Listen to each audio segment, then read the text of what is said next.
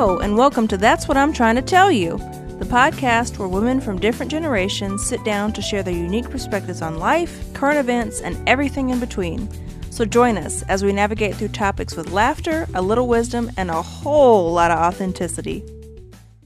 So we went out to have breakfast a couple days ago at a local restaurant, and, it was great. We were there for about, an hour and a half maybe. And about an hour in, this family comes and sits down, and they have two young boys. One's like an older toddler, and the other one's maybe 8 months. And we're sitting there, and about 5 minutes in, the younger one starts crying, wailing and crying. And we're thinking, okay, this is like 2-3 minutes of this and he'll be consoled and it's going to be fine. So we're sitting there. More time passes. This kid is wailing and screaming, bawling his eyes out and trying to catch his breath and all of that. He was having conniption fit. Yeah, He really. they had him sat in a little wooden high chair. Yes. Strapped in Yeah. like he was going to the moon. Yes. And so we start to notice people are turning around, and I have like a bird's eye view of the mom and the kid and the dad, and people start to leave. There was a couple that sat down like they were going to order, and they left like 10 minutes in. Then these other people were getting ready to pay their bill, and I saw the head guy get up like, I'm going to pay my bill at the front of the restaurant and leave. Even the servers were kind of turning around as they were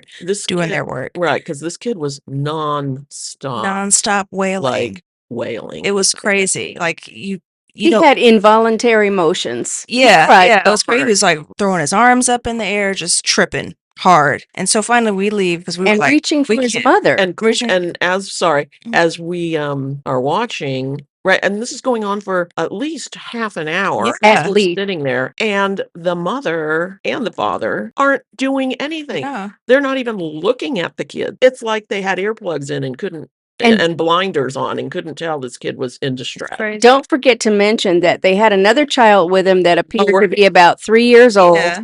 And he was sitting there with his hands over his ears. Like, make it stop. It was seriously the strangest thing. Very weird. And I was looking at the mom like, what the fuck?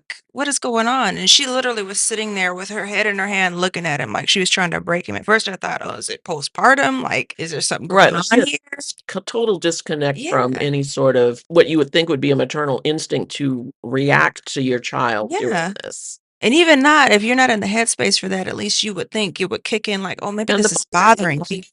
He was totally checked out. I couldn't see his head because his back was facing. Yeah. But nevertheless, I saw him get up. Oh, he got up at one point, like this is 15 minutes in, and strapped the screaming one into the seat. I'm like, what are you, that's not the solution, sir. Understand how a parent, especially a mother, could sit there and let their child be in distress like that. Like, I'm sorry, even if the father's like, no, leave him there, I would be like, I'm not doing this to my child. You know? I mean, we all, Dee and I thought, we remember those days of taking a kid to the restaurant, and we were always super conscious of making sure your child was not disturbing any other diner. Right. And absolutely. At the first sign of fussing for me and my husband, one of us is getting up and walking the kid outside. Exactly. It's like other people, they come out, they want to have a nice time in a restaurant. They don't have to put up with your screaming kid. Exactly. No, you shouldn't be an imposition to other people in any way. And it brings to mind a story that Kat was sharing with us the other day on that note about one of your kids went to the theater recently. That's right. Tell that story. My kid went to the movies, and there was a couple that came in with their kid, and they sat their kid down. I don't know, maybe the kid didn't want to see this particular movie, but they gave their kid, some kind of screen. And the kid is sitting there playing whatever it was on his screen with the sound turned up in the movie theater. So inconsiderate. No, that's crazy. This whole conversation we're having brings to mind, there's a drag queen named Delta Work. Oh, yeah. And she has her own podcast. Mm-hmm. And according to Delta, I think. Yeah, according to Delta. And, Very Delta. I'm sorry. Very Delta. But she has a speaking segment that she'll start at the beginning of the show where she go off Delta, and it's about anything from like the quality of napkins at fast food restaurants or the service. No decorum anymore. No decorum, but the stuff she talks about is so very much like what we talk about. Like, where are the manners with people? What are you trying to impose yourself on other people? Like, you don't realize that your actions are rude. In this case with your kids, like, you can't just go into a place and like Kat, you brought up when we were there, like, this is not your home. home. Like you just want to continue your day. Like, oh, we were at home. Now we're going to go to eat. You're not at home. You're in People want what public. they want. That's the You know? age we're in, and it's really that is something that's new. And again, not to sound, old or anything, but it's just amazing how people don't think about that. Right. That's what totally amazes me, how to not think about anybody outside of yourself. I mean, what People I've on the phone in the stores, that's one of Yeah. the subjects Delta talked about. I don't want to hear your conversation when I'm standing in line behind you. Right. Can it wait till you get to the car? Right. I don't get that. And I don't get how, I think I've seen this a lot where, younger people and they have their kid. Their kid is usually what, maybe under 2, let's say. And they want to go, the parents want to go and have their breakfast out or their coffee out just like they did pre-kids. And so you've got this kid that's screaming, that's crying, that's throwing food, and they're just sitting there sipping their coffee and reading their paper and not paying any attention to it. And I just don't understand that. Mhm. I don't understand that. I mean, I have 3 kids. There was a period of probably a decade where we didn't go out for dinner, Yeah. at least with the kids. I mean, if we had a, date night or whatever, but we just didn't go out. Yeah. I mean, it's not fair to inflict your kids on other people. Or, And I mean, or we do never it to the even child if we they don't yeah, want to yeah, be there exactly. strapped in a Exactly. car, It's not fun for them. high chair. Right? I Right. mean, we never got to the point, thank goodness, of an actual screaming child. But honestly, the first sight of a little fuss or whatever, we're out the door. For real. And I also think this is going to be unpopular. And I know I don't have kids yet, but it's funny. I think one of our neighbors was like, I will take you out there and whack your ass if you act a fool up in here. I was thinking, one good use, you were acting like a little brat. Just Exactly. stop that behavior. And it stopped. You cried a Well, little my bit. mother Like, would literally say, talk "Give about- me something. Give me a reason Well, do you to wear talk your about ass out." what was the upshot? I mean, like when she finally picked him up, right? Laid Right. his head on her chest, and of Yeah. course, folks, I couldn't resist. I had to turn. I was like, and she was saying, She to came him, out behind us. Why were you doing that?" I heard her, and I said, "Is he sick?" No. And then she had the nerve to say, and I'm going to say, people, audience, listeners, we're sitting in a restaurant. She said, "I think he's just hungry." And I wanted to say, well, shit, you sat there for 30 minutes and didn't give the little guy anything to eat. You just stared at him. She said something like, well, he just ate like an hour ago. He's a baby. We're looking at her like, Baby. and Incredible. Yeah. I mean, it seemed like he was clearly tired also. Like Yes, and- he just wanted mom to hold him, somebody to hold him. He put his head down, he put his thumb in his mouth, and he stopped crying. And excuse Like- me, Kat, how many babies have we fed? How many Yeah. times have we eaten and held a child Yeah, on our shoulder? it was crazy. That's what I was gonna say. Like, whatever this new generation of parents is, millennials, Gen, whatever is a little bit before me. I don't know. It's like it seems to be two extremes. Either there's this fuck around and find out parenting that's coming back up, where you get your ass beat if you act like a little brat. Or they're just like, I swear to God, when she was looking at this kid, like it looked to me like she had read some kind of parenting advice or some book, like, I'm gonna break him. Like, She was one of those people that Yeah. believes in sleep training, which right. Right. audience, You know? I know you might come for me, but I don't believe in sleep training a baby. Come on now.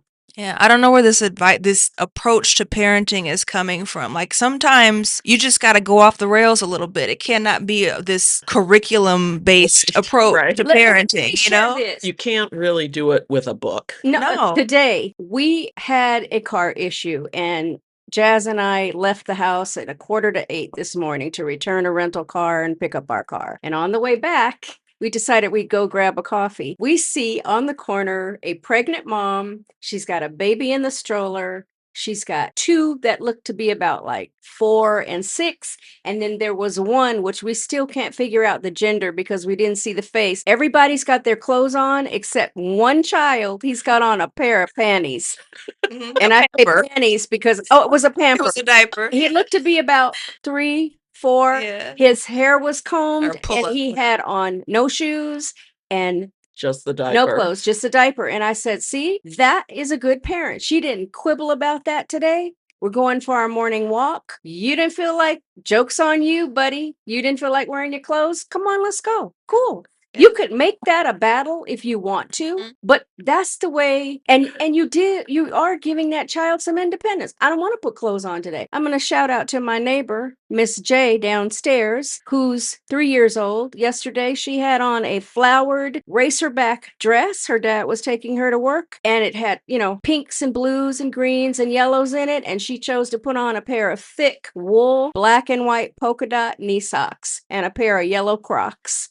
And she was looking like fire, and she chose that outfit herself. Yeah. I You see? believe, like, that doesn't hurt anybody. Let them do it. No. Right. Yeah, it's like parenting to me seems like a two-edged, well, everything's a two-edged sword, but it's like you don't want to be too much, like kill a child's creativity and be too stern too early on. Because I have plenty of people when I was going to school, like they would say, "Oh, my parents are really strict" or whatever, and I'm like, "Yeah, I can't relate, man, because it's pretty free over here." But yeah, I don't know, this helicopter parenting, of course, has always been a thing. But Kat, it's funny you mentioned something a week ago about how you saw that these new parents I'm gonna call them new parents, are worried about their kids' microbiomes and stuff. It's crazy. Oh my gosh. Yeah, apparently there was an article in the Wall Street Journal, and they were just talking about how, the latest health industry, right? The amount of money we spend on weird health things is really kind of crazy. So apparently you can get a microbiome test for your infant, and it costs over $300. And children's digestive supplements are a $60 million business. What? Really? Yep.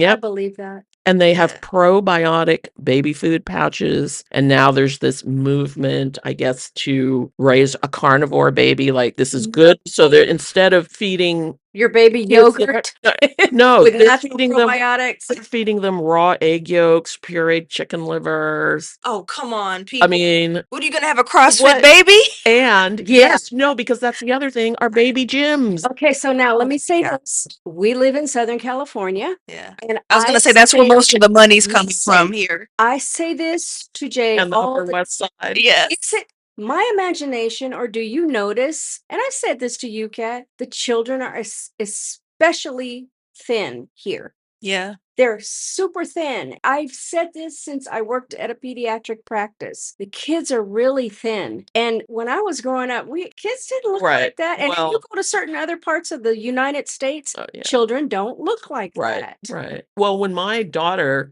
who's 30-ish now, was coming up through elementary school, there was a little girl she went to school with whose mother was obsessed with the fact that she might get fat. Now, I don't know where this came from, because neither parent was fat. So this woman wouldn't give her kids, she had 2 kids, wouldn't give her kids any food for lunch. Both these kids, she had one kid my daughter's age, one kid my son's age, would take food from my kids' lunches. When I found this out, I'm like, excuse me. She was hungry. That's crazy. But she was obsessed with the fact that she would get fat. And we're talking about kids that are like in 2nd and 3rd grade. During the development And is when it was really important. This Right. this was, maybe even earlier than that. It could have been early as 1st grade. My daughter had a birthday party. What was it? No, I think the school, like as an after school program, sent kids to this gymnastics place. And there was a girl there. So my daughter was maybe 1st grade or so. And there was a girl there that was maybe 4th grade. I hear her talking to my daughter about having a thigh gap. Oh, wow. And I'm thinking, Do you remember the macrobiotic kid? Because our kids went to the same schools growing up. And there was a macrobiotic kid. And I remember how sad he looked when there were birthday parties and stuff. Because now you can get macrobiotic cupcakes. You couldn't then. But I remember it was like, no, it's okay. He's okay. He's used to it. unless your kid has a medical issue, And he did Yeah. because I asked. it's The way the mom and dad let ate. them enjoy. Let them eat cake. Yeah, let them enjoy a birthday party.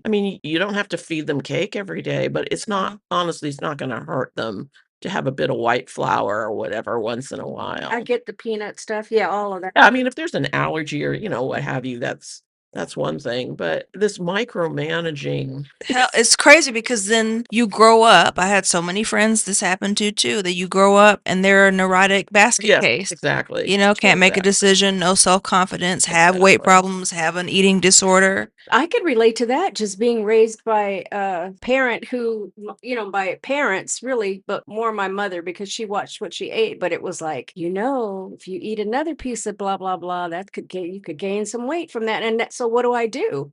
We all talk about this. Put something on. Do I look fat? Do I look like Right, this? yeah, Does this make yeah. me look this way? Yeah. Does this make, and it's hard to shake something like that. Right, It right. really is. And I think a lot of parents probably don't realize that you're really kind of raised some sort of neurotic I know I was. child, right, by doing all of this. I think about it every time I walk barefoot. My mother was like, "That's going to make your feet whiter. Shouldn't do that. You need to put your shoes on." I've always loved walking barefoot. And it was a big no, going outside without your proper shoes on. And now it's like, that's crazy. We were just talking the other day about making your bed. Mm, Oh, yeah. Remember, right. Yeah. had to get up the minute my feet hit the floor. I made the bed. Now I make my bed when I get to it. I make Right. it. I know what my house is supposed to look like when company comes over, but that's not going to make or break my character, right? But see, also the other thing is like, if there's a reason why your house isn't looking perfect or whatever, that should not be a source of your self-doubt or beating yourself up or Right. something like that. Exactly. I mean, I think that's the part where maybe parents don't realize that certain things they put on their kid is having this lasting effect on their Starts at psyche. It's true. It does. Yeah. It starts at home, and parents everywhere in the world, all our listeners, remember that. Hey everyone, and thanks for tuning in to another episode. If you enjoyed what you heard, please follow, comment, and reach out on our socials. Also, leave us a review on Apple Podcasts or wherever you get your podcasts. If you resonated with anything in the episode, be it products or topics, make sure to check the show notes for additional information, or shoot us an email if you like. See you next time.